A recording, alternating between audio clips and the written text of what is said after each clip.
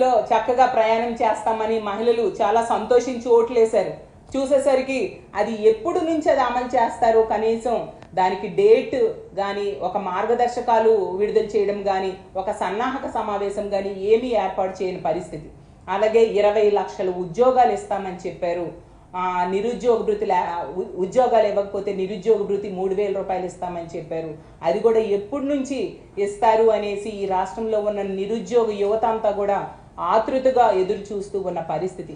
కాబట్టి కూటమి ప్రభుత్వానికి మేము విన్నవించుకునేది ఏంటంటే, మీరిచ్చిన హామీలు, జగనన్న చేసిన హామీల కంటే మీరిచ్చిన హామీలు చాలా ఎక్కువ ఇచ్చారు. ప్రజలు నమ్మి మీకు ఓట్లేశారు, ఎంతో నమ్మకం పెట్టుకున్నారు.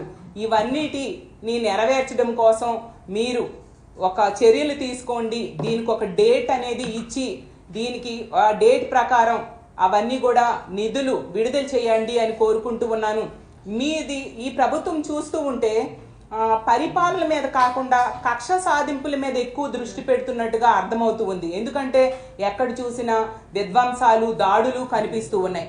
ఈ ప్రభుత్వానికి విన్నవించుకునేది ఏంటంటే, మీరు రెడ్ బుక్ అమలు మీద కంటే హామీల అమలు మీద దృష్టి పెట్టండి. ఈ ఆంధ్రప్రదేశ్ రాష్ట్రంలో ఉన్న మా మహిళలందరూ, సగానికి పైగా మహిళలే ఉన్నారు. ఈ మహిళలందరూ కూడా కోరుకుంటూ ఉన్నారు, మీరు రెడ్ బుక్ అమలు మీద కంటే హామీలు అమలు మీద దృష్టి పెట్టి మీరిచ్చిన హామీలు, బాబు షూరిటీ, భవిష్యత్తు గ్యారంటీ అంటూ గ్యారంటీ కార్డులు ఇస్తూ కూడా ప్రజలకి చాలా హామీలు ఇచ్చారు. కాబట్టి ముఖ్యంగా మా మహిళలకి చాలా హామీలు ఇచ్చారు. కాబట్టి అవన్నీ అమలు మీద మీరు దృష్టి పెట్టండి.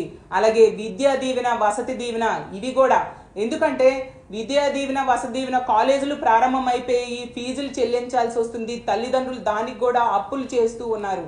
కాబట్టి ఇవన్నీ పథకాలు కూడా తక్షణమే ఎప్పుడు అమలు చేస్తారు చెప్పండి. తక్షణమే అమలుకి సన్నాహక సమావేశాలు పెట్టండి, అమలు చేయండి అని మా మహిళలందరి తరపున మీకు కోరుకుంటూ సెలవు తీసుకుంటున్నాను.